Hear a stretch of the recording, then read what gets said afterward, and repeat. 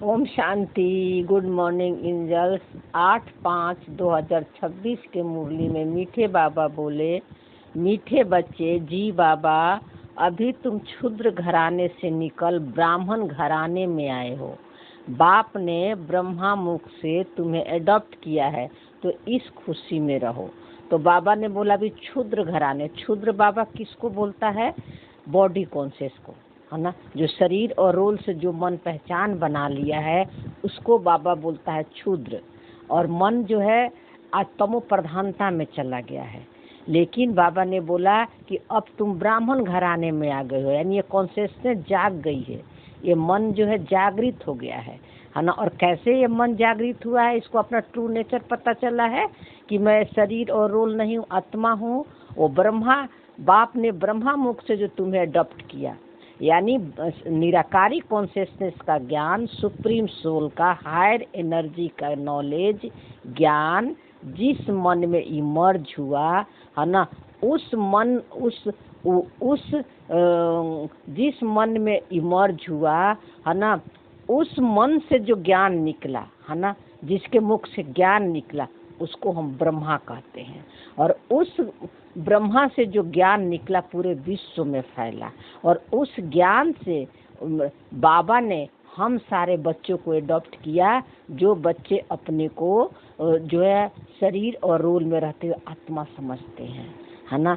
अब उनको उस शरीर में अब मैं और मेरा नहीं लगाते हैं, रोल को अपना नहीं समझते हैं, अपने को अलग देखते हैं, है ना। तो बाबा कहता है कि इसलिए तुम्हें इस खुशी में रहना चाहिए। तो देखो, बाबा निराकार है ना, उसका अपना कोई शरीर नहीं है, ना कभी वो ड्रामा के अंदर उसका पार्ट है, पार्ट प्ले करने नहीं आता है। लाइट है, लाइट का मतलब है कि एनर्जी है। एनर्जी जो है कैसे अपनी ज्ञान को शब्दों में ले आएगा, वाणी में ले आएगा, है ना। अगर प्रेरणा से तो हम उसके ज्ञान को कैच नहीं कर सकते थे। इसलिए उस कॉन्शियसनेस को माना कोई ना कोई ज्ञान सुनाने के लिए आधार चाहिए, है ना। शरीर चाहिए, मुख चाहिए। तो उन्होंने जिस मुख को यूज किया, है ना, जिस मुख को उन्होंने यूज किया, है ना, बाबा ने, है ना, और उनके शरीरों का भी नाम इसलिए ब्रह्मा रखा गया क्योंकि उन्होंने भी अपने पुरुषार्थ करके संपूर्ण ब्रह्मा का स्टेज प्राप्त कर लिए थे, संपूर्णता को प्राप्त कर लिए थे। उनके मन में ही उनका मन इनलाइटेंड हो गया पहले ही दिन से, है ना। लेकिन संपूर्ण ब्रह्मा बनने के लिए उन्होंने भी इसी ज्ञान के थ्रू पुरुषार्थ किए, है ना। इसीलिए उनके शरीरों का भी नाम ब्रह्मा रखा गया। लेकिन यथार्थ में ब्रह्मा इस मन को कहते हैं, है ना। अब हम सब बच्चे मास्टर ब्रह्मा हैं क्योंकि सबके अंदर कॉन्शियसनेस जाग गई है, सबको पता चल गया है। सबको पता, यानी जो मन जागृत हो गई है ना, जो मन आत्मा परमात्मा को जान गई है, माया को जान गई है, वो सब मास्टर ब्रह्मा है ना। तो सभी मास्टर ब्रह्मा हो गए, सबकी कॉन्शियसनेस जाग गई है ना। तो बाबा कह रहा है इसलिए इस खुशी में रहना है ना, इस खुशी में रहना है। तो आज की जो मुरली है ना, ब्रह्मा जगदम्बा पर जो है ना, बहुत यथार्थ रूप से, बहुत मतलब गुप्त ज्ञान के रूप में बाबा ने एकदम से समझाया है। और इसी को बहुत गहरी और डीप कैसे समझना है ना, इसको समझना है ना। समझते तो हम पहले भी थे, है ना। तो प्रश्न में बाबा बोला, देखो बाबा शुरू कर दिया, कौन सा गुह राज्य है जो ब्राह्मण कुल बच्चे वाले ही समझ सकते हैं। यानी ब्राह्मण कुल बच्चे यानी ज्ञानी माइंड, है ना, जिसको कि ज्ञान से पता चल गया है कि हम आत्मा हैं, है ना। और मेरा बाप जो है परमात्मा है, यानी निराकार है, उसका भी सत्य और मेरा भी सत्य निराकार है। वो बच्चे जो है इस गुहराज को समझ पाएंगे, है ना। जो अभी भी शरीर और रोल में रहते हुए भी अभी देहधारी को ही ब्रह्मा समझते हैं, जगदम्बा समझते हैं, तो वो इस गुहराज को नहीं समझ पाएंगे। जो माइंड बॉडी से ड्रामा से बाहर निकल गया है उनको ये समझ में आएगी। और जो स्थूल ब्रह्मा और मम्मा है वो उन्होंने उस स्टेज को पा लिया था, संपूर्णता को पा लिया था। इसलिए बाबा उनके शरीरों को ब्रह्मा और जगदम्बा नहीं कहता, उस मन को कहता है, जिस मन ने पूरे विश्व को अपने अंदर देखा। सारा विश्व ही हमारा परिवार है ना। सारे बच्चे ही जितने भी मन दिख रहे हैं हम सब जो है हमारे बच्चे हैं, है ना। तो उस मन को बाबा ने जगदम्बा और ब्रह्मा कहा, और तब उनके शरीरों का भी इसलिए नाम दिया। तो उत्तर में बाबा ने बोला, निराकार शिव बाबा हमारा पिता है और यह ब्रह्मा हमारी माता है ना। तो निराकार भगवान कैसे माता पिता बंधु सखा बनते, गुहराज गुप्त राज ब्राह्मण कुल के बच्चे ही समझते हैं। इसलिए बाबा बोला कि यथार्थ और गुप्त राज ये ब्राह्मण कुल के बच्चे ही समझते हैं। ब्राह्मण यानी जो मन है ना माइंड बॉडी से निकल गया है, मन से परे चला गया, जिसका निराकारी स्वरूप की स्मृति है ना, और उनको पक्का निश्चय है कि हम बाप समान है, मेरा और बाबा में कोई फर्क नहीं, वही इस गुहराज को समझ सकते हैं। तो देखो, निराकारी शिव बाबा हमारा पिता है ना, और ब्रह्मा हमारी माता है। तो शिव बाबा हमारा पिता कैसे हुआ? शिव बाबा हमारा पिता कैसे हुआ? क्योंकि वो सारे मनों को नॉलेज में बाप है ना, और सारे सृष्टि का वो बीज है। इसका वीडियो अपलोड किया हुआ है ना। और सारे सृष्टि का वो बीज है ना। उस बीज से ही सारे मन निकले हुए हैं, है ना। तो जिस बीज से बीज निकला हुआ है, यानी वो बीज का मतलब वो भी हायर कॉन्शियसनेस से एनर्जी है, लेकिन उसको बीज इसलिए कहा जाता है कि वो जो है उसका जो है शरीर में वो माँ के गर्भ में नहीं आता है, इस सृष्टि चक्र में उसका रोल नहीं है, इसीलिए उसको बीज कहा जाता है। सारे सृष्टि का बीज है, सारे मनों का बाप वही एक मन है जो कि निराकार है, जो रोल में नहीं आता, शरीर में नहीं आता, उसी से सारा मन निकला हुआ है। इसीलिए निराकार को सभी लोग याद करते हैं, है ना, गॉड फादर कह के। पूरे विश्व के जो आत्माएं हैं वो सभी उस निराकारी कॉन्शियसनेस को ही याद करते हैं। इसीलिए वो पिता है ना, यानी सारे सृष्टि का बीज है ना, इसलिए वो पिता है। और ब्रह्मा हमारी माता कैसे हो गई? उस बीज से, है ना, उसी बीज से जो पहला मन निकला, है ना, जो पहला मन निकलता है ना, जिसके द्वारा सृष्टि का क्रिएशन होता है ना, उस मन के द्वारा नई सृष्टि का क्रिएशन होता है। नई सृष्टि कहते हैं ना कि ब्रह्मा ने संकल्पों से रचा, तो नई सृष्टि का क्रिएशन का मतलब ये होता है कि उस ब्रह्मा के मन में जो संकल्प आया उस शिव के द्वारा आया, यानी उस साइलेंस से आया, है ना। और उस साइलेंस से संकल्प आया, है ना, उस ब्रह्मा के द्वारा, है ना। तो जो संकल्प आया, उस संकल्पों से सृष्टि का क्रिएशन होता है। और वो संकल्प कहाँ आया? मन के अंदर आया, है ना। तो वो मन जो है वो मन माता हो गई। इसलिए ब्रह्मा हमारी माता है। स्थूल ब्रह्मा का शरीर को नहीं बाबा बोल रहा है, उस मन को ब्रह्मा बोल रहा है, जिस मन से सृष्टि का क्रिएशन हुआ। और वो मन जो है पूरे विश्व को, है ना, अपना बच्चा समझ गया, जगत अम्बा बन गई, यानी सारे विश्व ही हमारे बच्चे हैं, जगत माँ बन गई वो ब्रह्मा। तो ब्रह्मा बाबा का स्थूल में भी था ना, कैसी उनकी दृष्टि वृत्ति थी, है ना। तो इसीलिए ब्रह्मा को माता कहा जाता है, यानी उस मन को, उस बीज से निकला हुआ मन को, है ना, माता कहा जाता है। उस मन को माता कहा जाता है। सबसे पहले किसका मन निकला? ब्रह्मा का मन निकला। उस ब्रह्मा के अंदर, जिस मन के अंदर परमात्मा का ज्ञान इमर्ज हुआ, वो मन माता हो गई, क्योंकि उसको पता चल गया कि हम सबका सत्य एक ही है ना।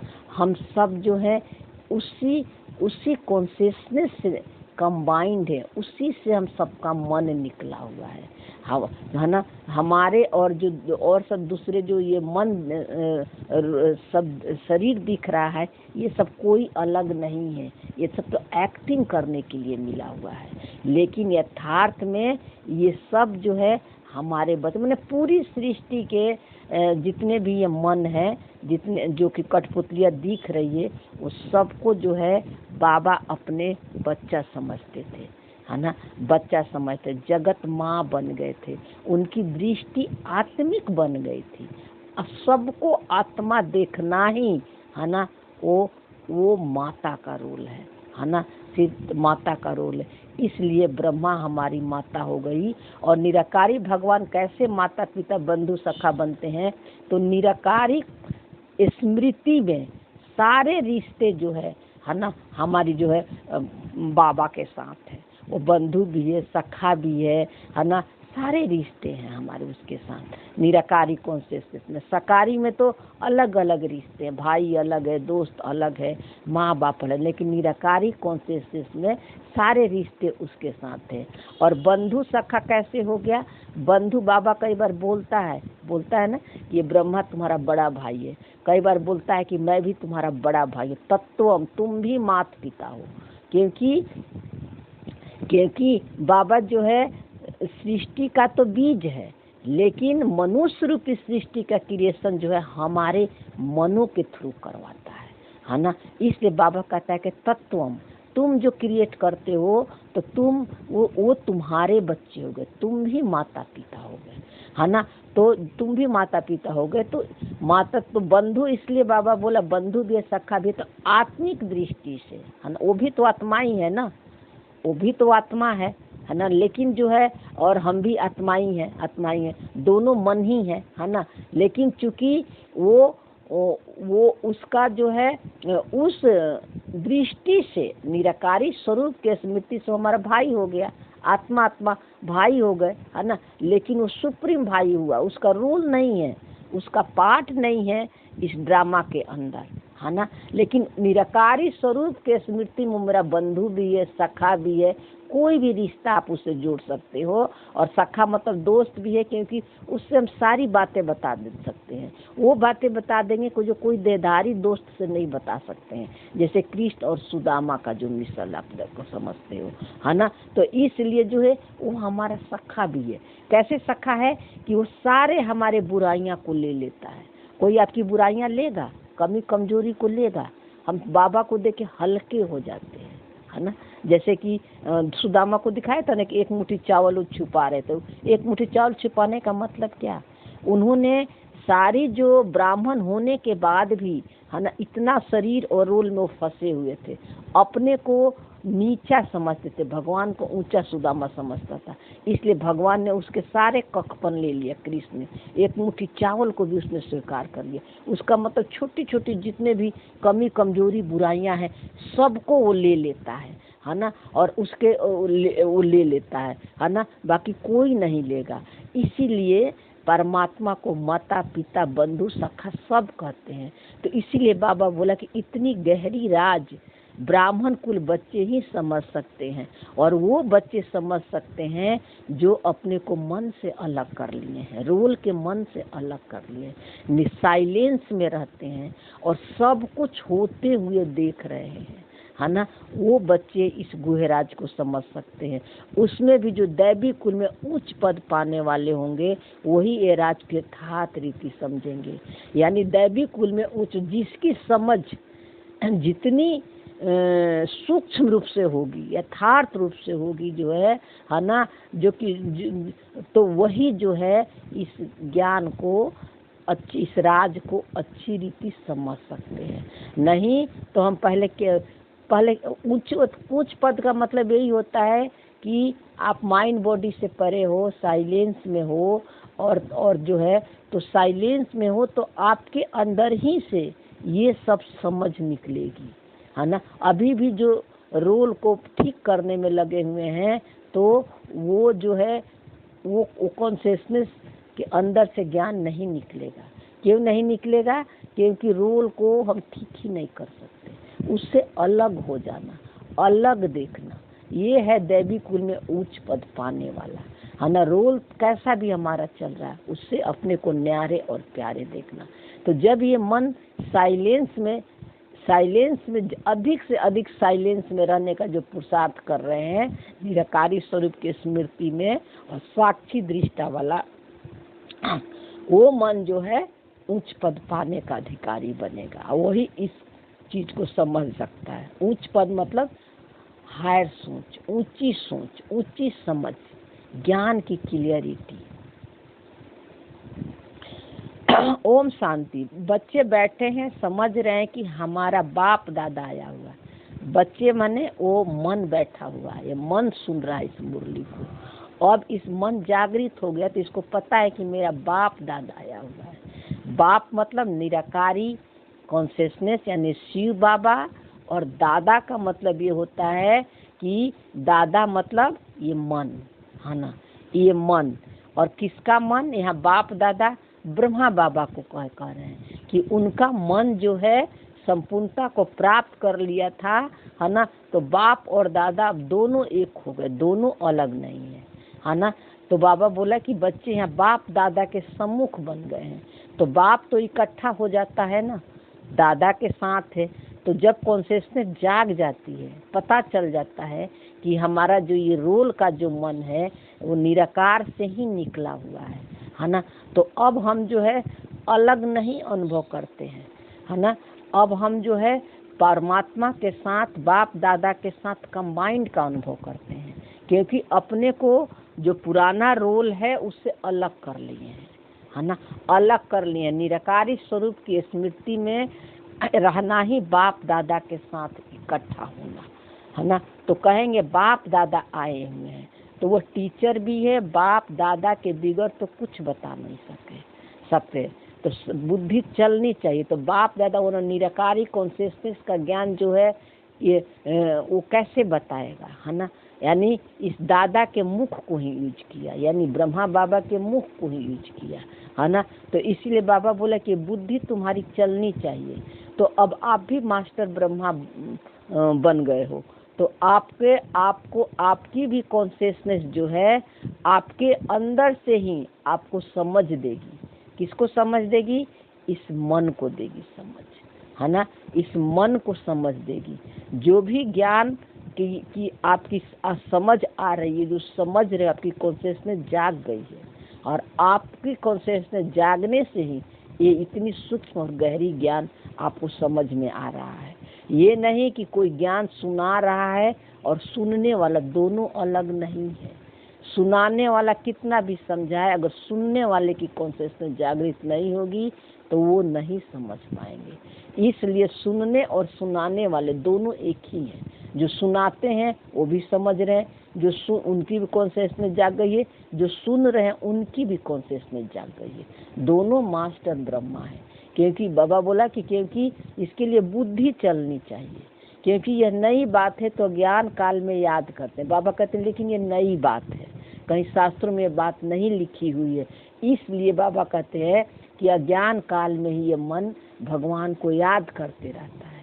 तो सिंगल को कहेंगे हमारा गुरु फलानी जगह है, तो सिंगल को कहेंगे यानी देहधारी को ही कहेंगे कि हमारा गुरु इस जगह है, उस जगह है। सबने अपना अपना अलग अलग गुरु बना रखे हैं, जिसको जहाँ अच्छा लगता है। तो बाबा बोला उनके शरीर का ही नाम जानते हैं। तो कभी भी पूछो कि आपका गुरु कौन है, तो कोई ना कोई देहधारी का ही नाम लेंगे। तो उनके बाबा कहते हैं कि याद तो शरीरों को ही कर रहे हो ना, उनके नाम को याद करना यानी शरीर को याद करना। तो बाबा कहते हैं कि और गुरु का मतलब बताया था ना, गु मतलब अंधकार, रू मतलब प्रकाश होता है ना। लेकिन वो गुरु तुमको अंधकार से प्रकाश की ओर नहीं ले जा सकते, है ना।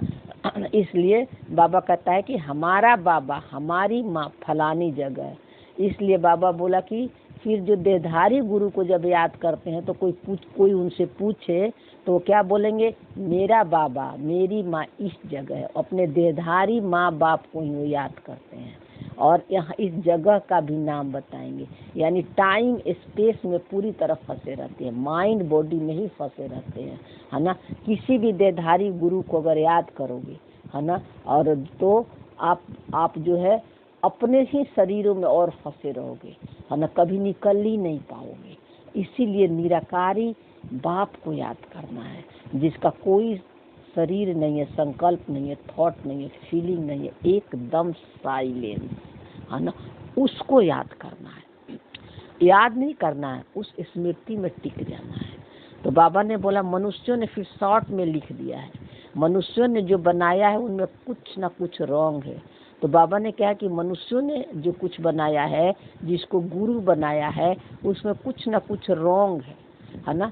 तो भल गायन है तत्व में माता पिता, ये एक के लिए ही गाया जाता है। कहते बाबा गायन भी है, भक्ति मार्ग में गाते भी है, बोलते भी हैं कि तुम ही हो माता पिता, तुम ही हो बंधु सखा, तुम ही हो। एक ही निराकारी कॉन्शियसनेस, निराकारी परमात्मा के लिए ही गाते हैं, है ना।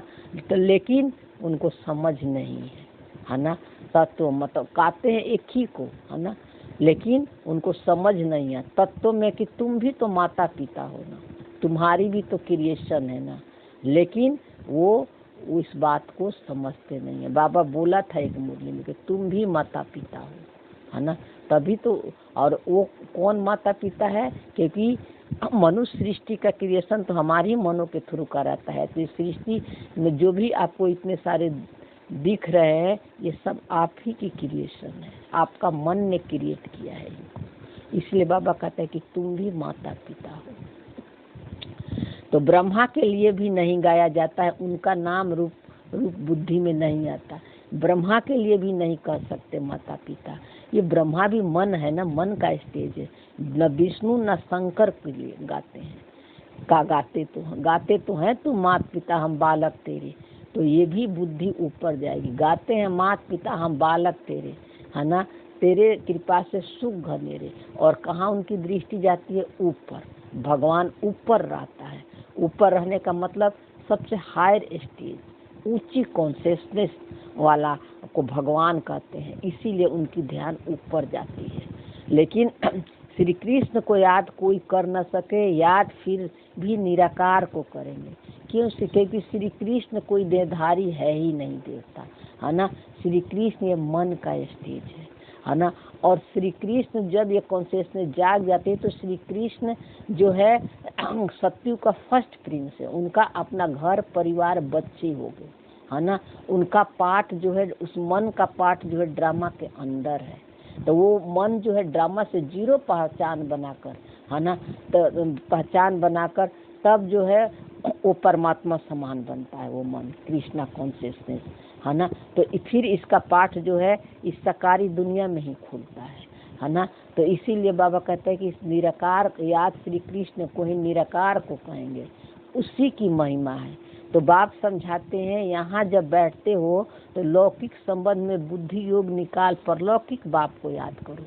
तो बाबा कहते हैं कि यहाँ जो बैठते हैं तो लौकिक संबंधों से बुद्धि निकालकर एक परलौकिक बाप के, परलौकिक बाप मतलब माइंड बॉडी से परे चले जाओ, निराकारी स्वरूप की स्मृति में, है ना, बाबा को याद करो साइलेंस में, है ना। कोई क्वेश्चन मत करो, मन में कोई भी संकल्प थॉट फीलिंग आ रही है उससे अपने को बस अलग देखो, न्यारे और प्यारे होकर।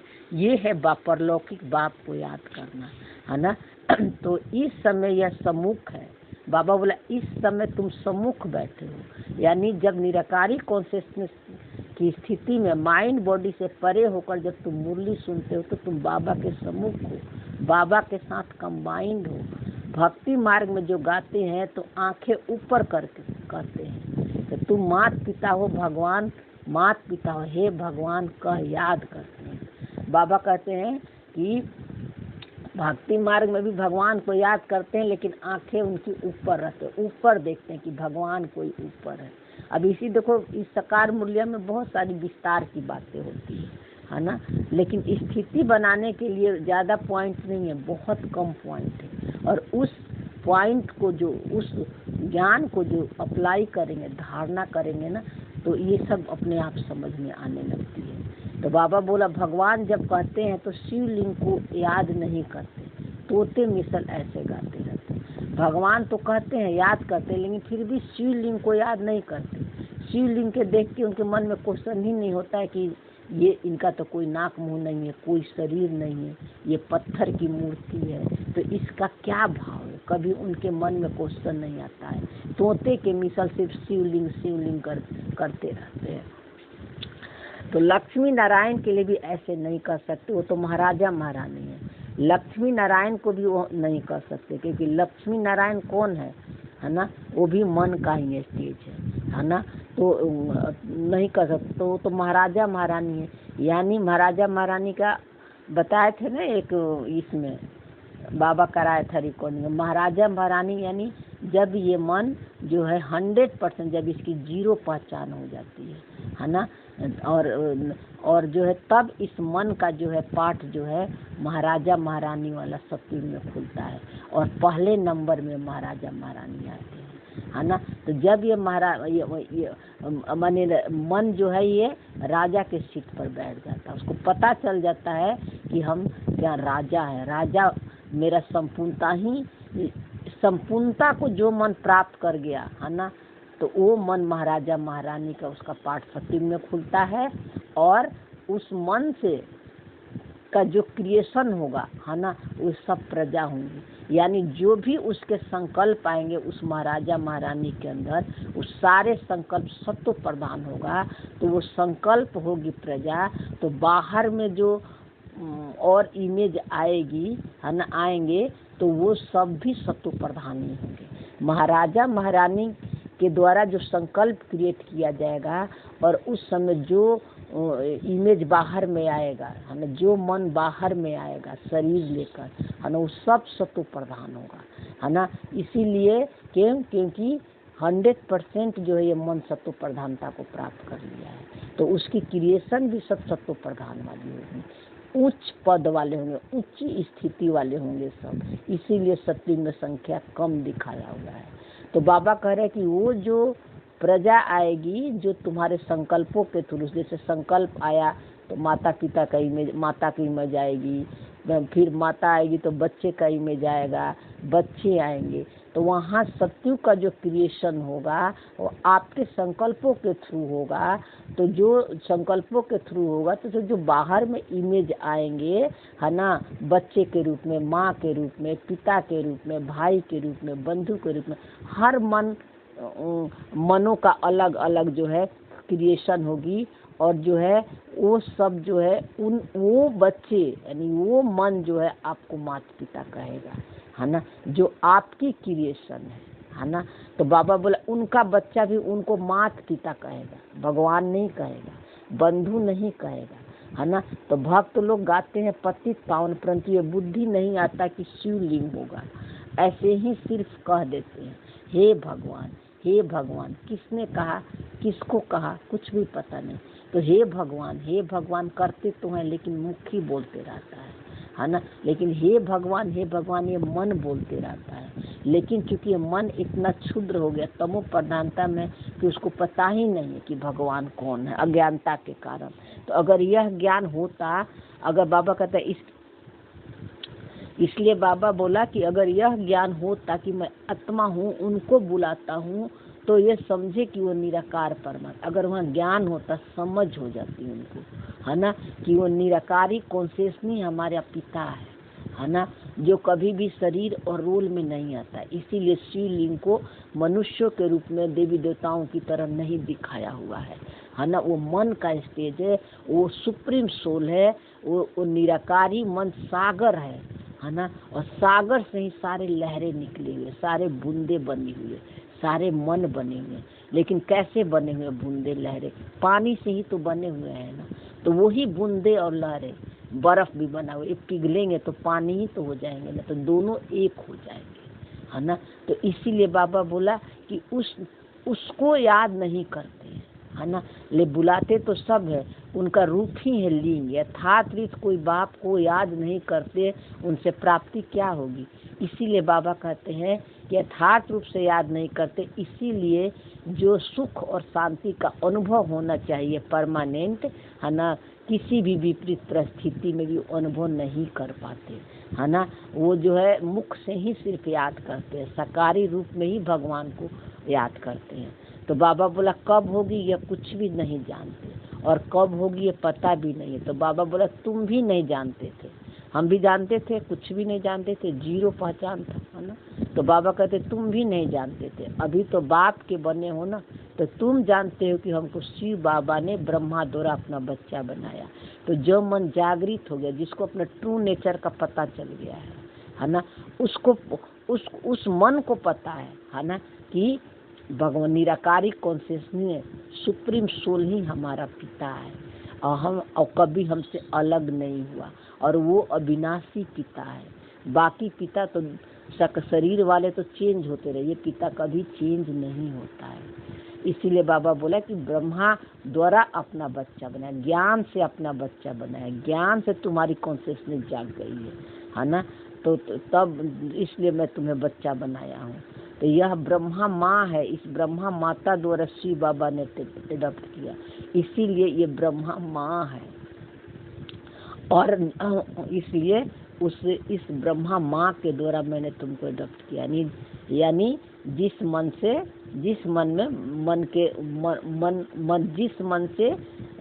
ज्ञान निकला, जिसके मुख से, है ना, निराकारी कॉन्शियसनेस का, है ना, वो तुम्हारी माँ है। इसीलिए ब्रह्मा माँ है हमारी, ब्रह्मा, है ना। लेकिन उनकी दृष्टि सबके प्रति आत्मिक थी, इसलिए वो ब्रह्मा माँ बन गए। तो तुम अच्छी रीति जानते हो हम शिव बाबा के बच्चे हैं, लेकिन तुमको अच्छी रीति पता है कि हम किसके बच्चे हैं, निराकारी परमात्मा के बच्चे हैं, शिव बाबा के बच्चे। सारे मनों को पता है कि हम शिव बाबा के बच्चे हैं। ब्रह्मा कोई देहधारी ब्रह्मा जो है हमारी माँ नहीं है ना। वो माँ है, कॉन्शियसनेस हमारी माँ है, जिस कॉन्शियसनेस से ज्ञान निकला, है ना, वो है, क्योंकि उन्होंने भी अपनी जो है संपूर्णता को प्राप्त कर लिया, वो मन। तो बाबा बोला हम शिव बाबा के बच्चे, साकार में फिर प्रजापिता ब्रह्मा के बच्चे बनेंगे। अभी हम शिव बाबा के बच्चे, संगम युग पर हम शिव बाबा के बच्चे हैं, लेकिन साकार में भी प्रजापिता के ब्रह्मा बच्चे हैं, क्योंकि सब सोल बॉडी कॉन्शियस में ही ज्ञान लेने के लिए, सुनने के लिए आते हैं, है ना। सब प्रजा के रूप में ही ज्ञान लेने के लिए आते हैं। इसलिए जिस मन से, है ना, ये ज्ञान, जिस मन के द्वारा ज्ञान ये निकल रहा है ना, वो ब्रह्मा का मुख है ना। इसलिए जो है बाबा बोला, लेकिन साकार में तुम जो है इस प्रजापिता ब्रह्मा को ही इसलिए बच्चे हो, क्योंकि इन्हीं के मन में परमात्मा का ज्ञान इमर्ज हुआ, है ना। ज्ञान निकला, इन्हीं के मुख से निकला, पूरे विश्व में फैला। इसलिए अभी तुम्हारा चूंकि प्रजा हो, अभी बॉडी कॉन्शियस नहीं हो, इसीलिए साकारी रूप में भी इनके शरीरों का नाम जो है ब्रह्मा रखा गया, है ना। तो चूंकि लेकिन सारे मनुष्य आत्माओं में, सारे मनों में सबसे श्रेष्ठ इनका मन है, इसलिए इनको ब्रह्मा के हम बच्चे कहते हैं। ब्रह्मा के हम इसलिए बच्चे हैं। तो प्रजापिता ब्रह्मा द्वारा मनुष्य सृष्टि रचते, तो प्रजापिता ब्रह्मा द्वारा मनुष्य सृष्टि रचा जाता है। ऐसे नहीं कि कोई नई सृष्टि रचते हैं, नहीं, इस समय आकर गोद में लेते हैं, एडॉप्ट करते हैं और माता पिता कहते हैं। तो शिव पिता ठहरा और माता ब्रह्मा ठहरी, उनको कहा जाता है माता पिता। तो यहाँ जो बाबा बोला ना कि प्रजापिता ब्रह्मा द्वारा मनुष्य के सृष्टि रचते हैं, तो प्रजापिता ब्रह्मा द्वारा, यानी ब्रह्मा के द्वारा ही तो संकल्प की सृष्टि होती है। तो जो मन जो है अपने सब जितने भी मनों हैं, जितने भी सारे आपको मन दिख रहे संसार में, सबके मन का जो रूल चल रहा है, उस सारे मनों में, मनुष्य आत्माओं के मनों में सबसे पहला मन जो है ब्रह्मा बाबा का मन है, जो परमात्मा समान बन गया था, है ना, इसी ज्ञान से बन गया था। तो अब जो है बीज से बीज निकला, तो सबसे पहला ऊपर में बताई ना कि पहला संकल्प जो ब्रह्मा के द्वारा होगा, और उसी ब्रह्मा से नई सृष्टि का क्रिएशन होगा। ब्रह्मा को जैसे संकल्प आया, है ना, तो उसका इमेज बाहर में आएगा। शरीर बाहर में आएगा। अब शरीर बाहर में आएगा, पहले शरीर आएगा, फिर उसमें मन आएगा, है ना। और उस मन के अंदर जो है सारे रिकॉर्डिंग रहेगी, इस सृष्टि को फिर कैसे चलाना है। तो उस शुरू में जो मन आएगा तो उसमें सारे सत्व प्रधान वाले संकल्प होंगे, है ना। और उस मन के द्वारा जो क्रिएशन होगी, जो बाहर में और सारी इमेजेज मन आएंगे, इमेजेज आएगी, वो सब जो है सत्व प्रधान वाली होगी। तो बाबा कहते कि कोई नई बात नहीं है ना। इस समय आकर मैं गोद में लेता हूँ, एडॉप्ट करता हूँ, तो ये कोई नई बात नहीं है। हर कल्प यही होता है ना। उसी मन में ही सबसे पहले परमात्मा का ज्ञान इमर्ज होता है ना। उस निराकारी कॉन्शियसनेस का ज्ञान टच करता है। तो बाबा कहता है कि मैं अभी एडॉप्ट करता हूँ ज्ञान से। तो माता पिता कहते तो शिव पिता, तब इसीलिए माता पिता कहते हैं, है ना, क्योंकि सारी सृष्टि का क्रिएशन का शुरुआत इसी मनों के थ्रू होता है। फिर एक मन आया, उसकी इमेज आया, फिर दूसरा, वहाँ आप अपना भी रख सकते हो। हर मन जो है फिर अपना अपना क्रिएशन करता है। तो शुरुआत ब्रह्मा से ही होता है ना। जो मन सबसे पहले संपूर्णता को प्राप्त कर गया, तो ये ब्रह्मा बाबा का मन सबसे मनुष्य आत्माओं में सबसे पहले उस स्टेज को पा लिया था। तो बाबा पर उनको कहा जाता है माता पिता। बाप ब्रह्मा बाप जो है ब्रह्मा द्वारा कहते हैं, तो तुम आत्माएं मेरे बच्चे हो। फिर आत्मा को बैठ पहचान देते हैं कि आत्मा क्या है। तो जब भी ब्रह्मा बाबा का शरीर दिखे, उनके शरीरों को, देहों को याद नहीं करना है ना। उस कॉन्शियसनेस को याद करना है, जो कॉन्शियसनेस कैसे पुरुषार्थ करके वहाँ परमात्मा समान बन गई। उसको उस ज्ञान को अपने जीवन में उतारना है। उन्होंने कैसे अपनी स्थिति ऐसे बनाई, है ना। तो बाबा कहते हैं कि आज हम बहुत सारे जो है ब्रह्मा बाबा के चित्र में, मामा के चित्र में फंस गए हैं। उन्हीं के जो है मतलब क्या बोलते हैं, उन्हीं को सब याद करते हैं। मामा से दृष्टि लिए, बाबा से दृष्टि लिए, अच्छी बात है, गलत तो कुछ भी नहीं हम ये कहेगी, है ना। लेकिन इसके पीछे के भाव को समझना है ना। तो भृकुटी के बीच में रहती है स्टार मिसल और कुछ नहीं जानते हैं। बाबा कहता है कि तुम आत्माएं मेरे बच्चे हो। फिर आत्मा को बैठ पहचान देते हैं, यानी इस मन को बाबा नॉलेज देता है कि आत्मा क्या है। कहते हैं भृकुटी के बीच में रहती है स्टार मिसल, लेकिन कुछ जानते नहीं है। भृकुटी के बीच में रहती है, यानी सबसे हायर स्टेज, है ना, इस मन का ही है ना, सबसे मन का ही है। तो यहाँ जो सिर, यहाँ दोनों भावों के बीच में ध्यान जाता है, सबसे शरीर के ऊंचा स्टेज है। भृकुटी का मतलब जो माइंड, सूक्ष्म में जो माइंड बॉडी से परे है ना, उसको भृकुटी कहते हैं, है ना। तो बाबा कहते हैं कि अब जो है सारे खेल को, है ना, ज्ञान की लाइट से, है ना, समझ की लाइट से साक्षी होकर देख रहा है। ये मन के अंदर क्या क्या चल रहा है। लेकिन बाबा ने कहा कि ये स्टार, इसीलिए स्टार वहाँ पर दिखाते हैं, पॉइंट ऑफ लाइट, चारों तरफ से लाइट निकल रही है। तो हमने लाइट पर ही ध्यान दे दिया।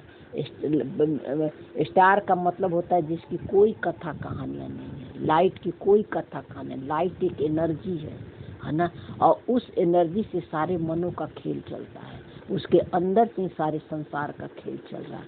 तो बाबा कहता है कि उस एनर्जी को याद करना, उस एनर्जी को समझना है कि एनर्जी क्या है ना। तो बाबा बोला लेकिन कुछ नहीं जानते। हमने उसी लाइट पर ही ध्यान केंद्रित करने लगे, है ना। लाइट का, ज्ञान के लाइट से समझ आ गया कि हम शरीर और रोल नहीं है ना। इससे परे का जो ट्रू नेचर सत्य है वो मेरा सत्य है, जो शरीर और रोल से परे का, थॉटलेस, बॉडीलेस, स्टोरीलेस, भाषालेस, ईगोलेस, जहाँ कोई कथा और कहानियाँ नहीं है, वो मेरा ट्रू नेचर है ना। तो इस बात को समझते हैं, तो समझना है। तो यह कह नहीं सकते कि आत्मा 84 जन्म भोगती है, आत्मा शरीर द्वारा पाठ बजाती है, भिन्न भिन्न राम रूप देश काल में आत्मा एक शरीर छोड़ दूसरा तो छोड़ती है, तो सारा परिवार ही बदल जाता है। मतलब आत्मा मतलब ये मन जो है जब शरीर से रोल से पहचान बना लेता है ना, तब ये मन जो है कहता है कि मैं एक घर से निकल कर दूसरे माँ के गर्भ में जाता हूँ, एक शरीर छोड़ दूसरे शरीर लेता हूँ, है ना। लेकिन संस्कार बदल जाते हैं। आत्मा जैसे शरीर छोड़ती है, ये पार्ट ओवर, नेक्स्ट पार्ट का चोला पहन लेती है। मूल आत्मा कभी भी शरीर के अंदर नहीं जाती है ना। और ये मन चूंकि पहचान बना लेता है तो इसलिए कहता है कि मैं शरीर के अंदर आता हूँ, जाता हूँ, जन्म मरण में आता है, लेकिन आत्मा, मूल आत्मा कभी जन्म मरण में नहीं जाती है ना। वो सदा है, निरंतर है, फॉर्मलेस है ना। तो बाबा बोला कोई अडॉप्ट करते तो परिवार ही बदल जाता है, माता पिता जिसे जन्म दिए उनको भी नहीं जानते है ना। फिर जो अडॉप्ट करते हैं उनके घर का बन जाते हैं। तो अपने जो अडॉप्ट करते हैं यानी जिस सकारी माँ बाप से इसलिए जन्म लेते हैं, इसलिए उसी को माँ बाप समझ लेते हैं। अपने निराकारी पिता को भूल जाते हैं। कैसे हम भूल जाते हैं निराकारी पिता को? क्योंकि मन को शरीर भान में शरीर छोड़ते हैं। तो जब शरीर भान में शरीर छोड़ेंगे तो शरीर सकारी को ही माता पिता समझेंगे। और जब निराकारी कॉन्शियसनेस में साइलेंस में छूटेंगे, जहाँ शरीर और रोल का कोई भान नहीं है, तो वहाँ जो है निराकारी परमात्मा को वहाँ याद करेंगे। सोल कॉन्शियस की स्मृति में तो भगवान जैसे बन जाते, तो याद करने की जरूरत नहीं होती है। तो इसीलिए देहधारी के रूप में भी जो बच्चे होंगे, घर होगा, परिवार होगा सत्युग में, वो ये नहीं कहेंगे कि मेरे बच्चे हैं, ये मेरे माँ बाप हैं। सबके प्रति दृष्टि वहाँ इसलिए आत्मिक होगी, सोल कॉन्शियस में शरीर छोड़ने से।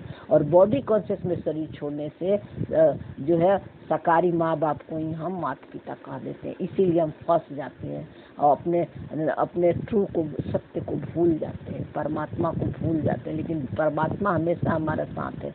परमात्मा कोई देहधारी नहीं है, निराकारी कॉन्शियसनेस है जिसे सारे मन निकले हुए हैं, और वो निराकारी कॉन्शियसनेस हमेशा हमारे साथ ही है। तो या तुम क्षुद्र घराने से निकल अब ब्राह्मण घराने में आए हो, ब्रह्मा तब सब तुम्हें अडॉप्ट किया तो तुम तो ब्राह्मण कुल में आ गए।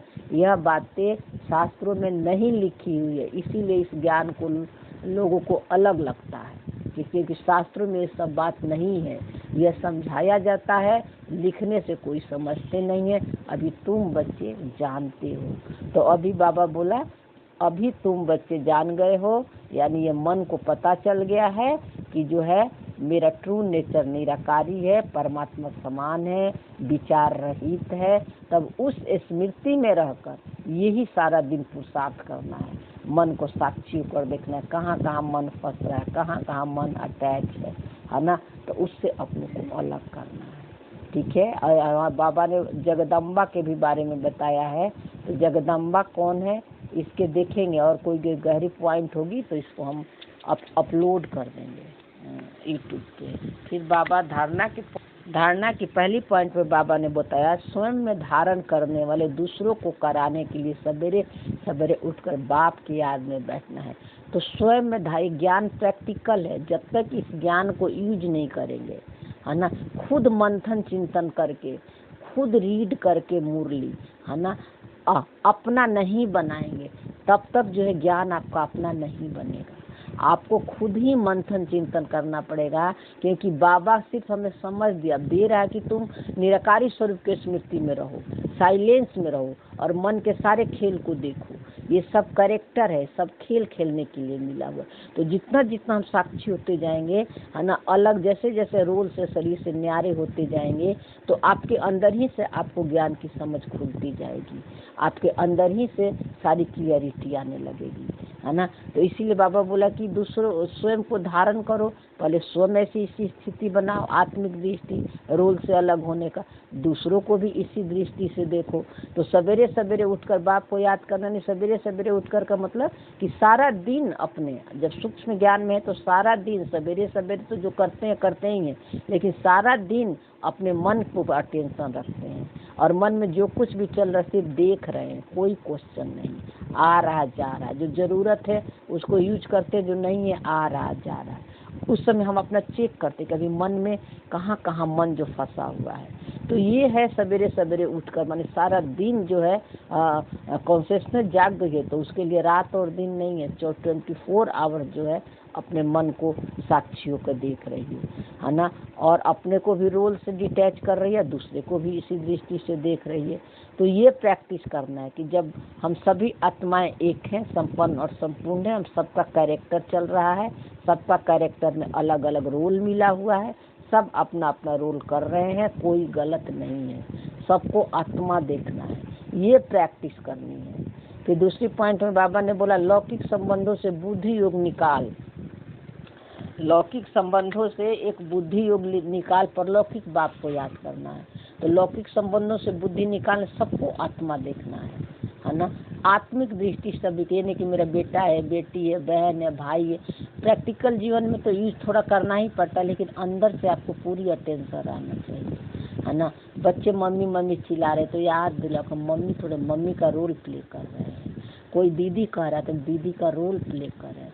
हम सभी आत्माएं हैं, है ना। तो ये संबंधों को, शरीर के जितने भी संबंध हैं, है ना, उसको संबंधों के रूप में याद ना करके उनको आत्मा देखना है।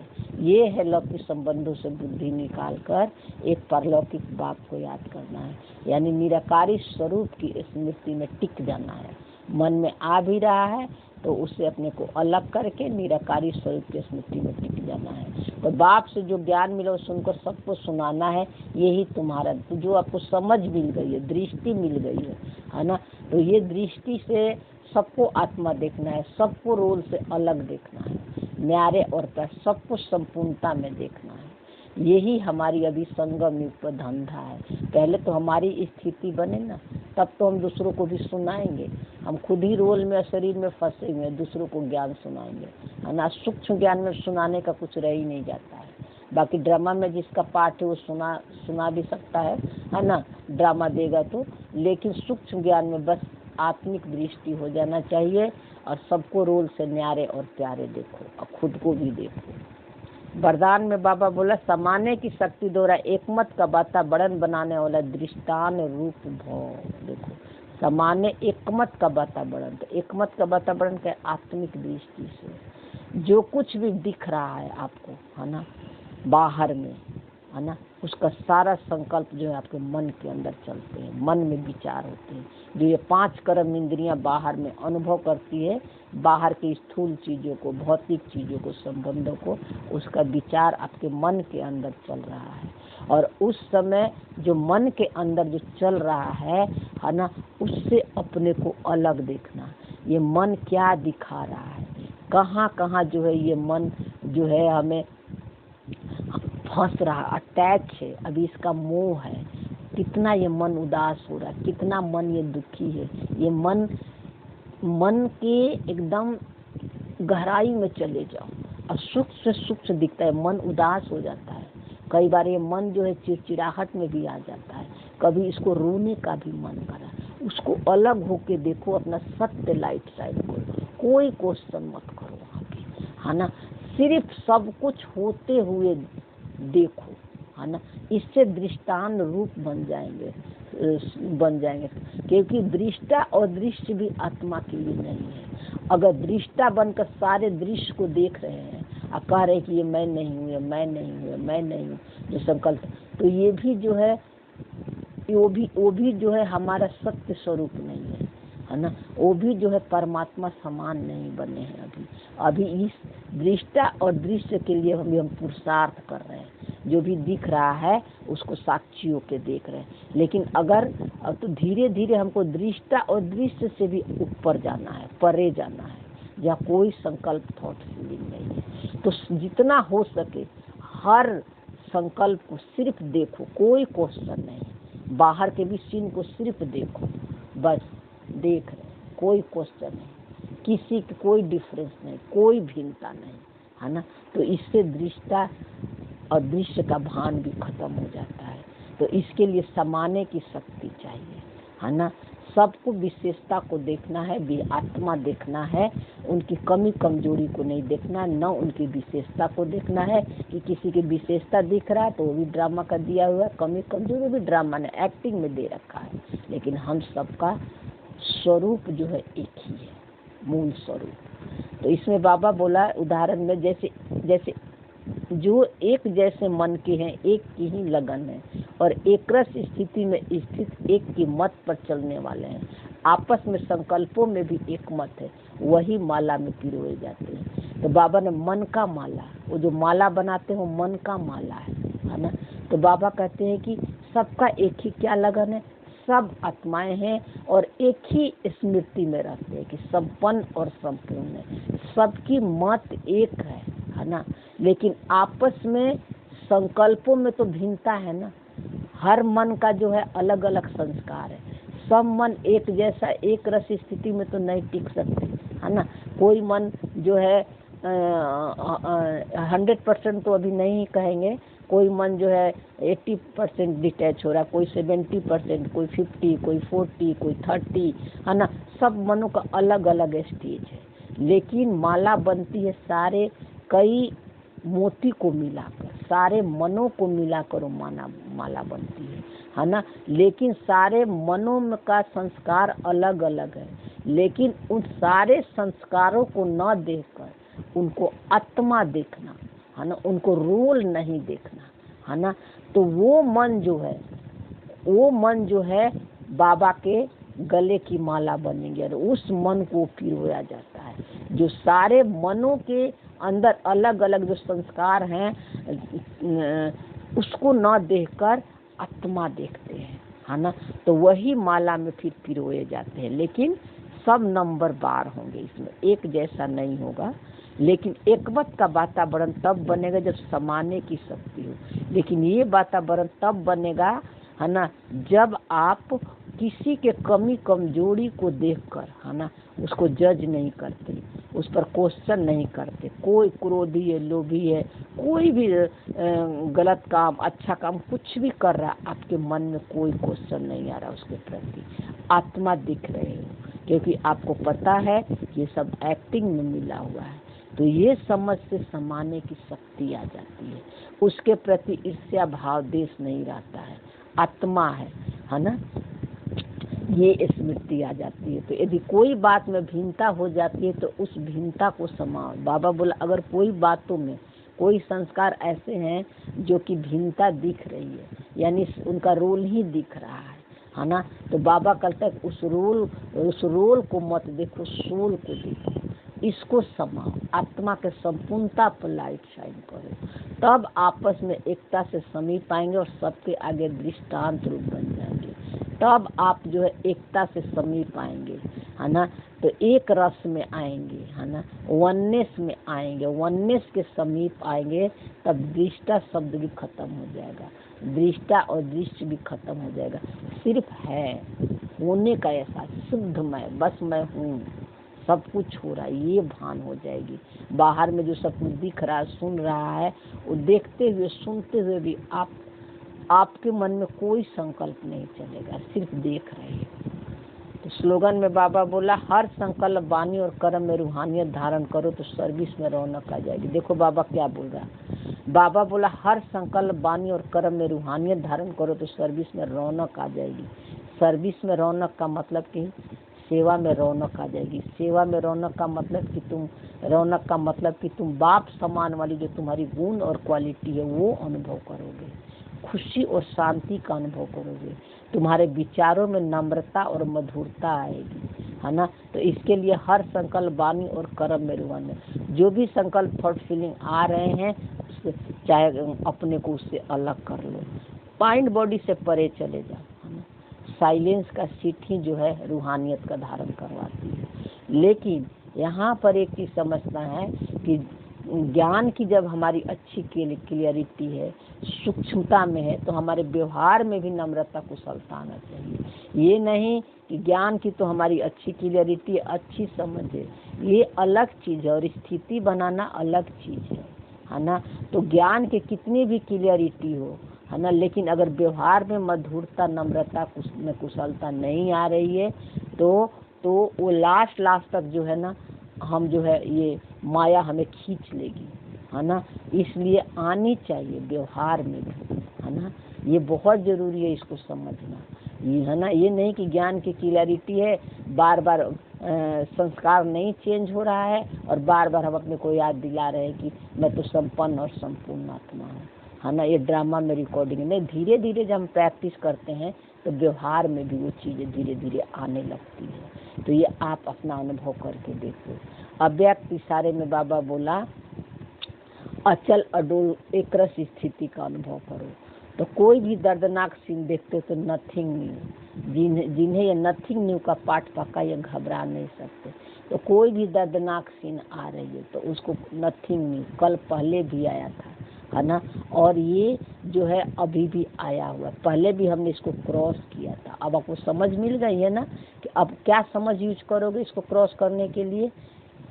ये सब ड्रामा ने हमारे पास इसलिए भेज रहा है दर्दनाक सीन कि हमारे ट्रू नेचर को दिखाने के लिए, कि दर्दनाक सीन को देखकर अभी हम कहीं उसके इफेक्ट में तो नहीं आ गए हैं, दर्दनाक सीन को देखकर उसको ठीक करने, उसको चेंज करने में तो नहीं आ गए हैं, कि हम अपने सत्य के सीख पर सेट है, आत्मा के सीख पर सेट है, और दर्दनाक सीन को साक्षी होकर देख रहे हैं, है ना। ये आया है हमारा सत्य को याद दिलाने, निरसंकल्प अवस्था हो जाती है, उसके बाद जो संकल्प आता है ना, उसके बाद फिर हम संकल्पों को यूज करते हैं, है ना। पहले अपनी स्थिति, फिर जो है परिस्थिति को हैंडल करना है, टैकल करना है, स्व के स्मृति में रहकर। इसीलिए बाबा बोला घबराना नहीं है, वो आ ही रहे आपको ट्रू नेचर, आपका सत्य की तरफ ले जाने के लिए। पेपर नहीं आएंगे तो ज्ञान कितनी समझ आई हम इसको अनुभव नहीं कर सकते।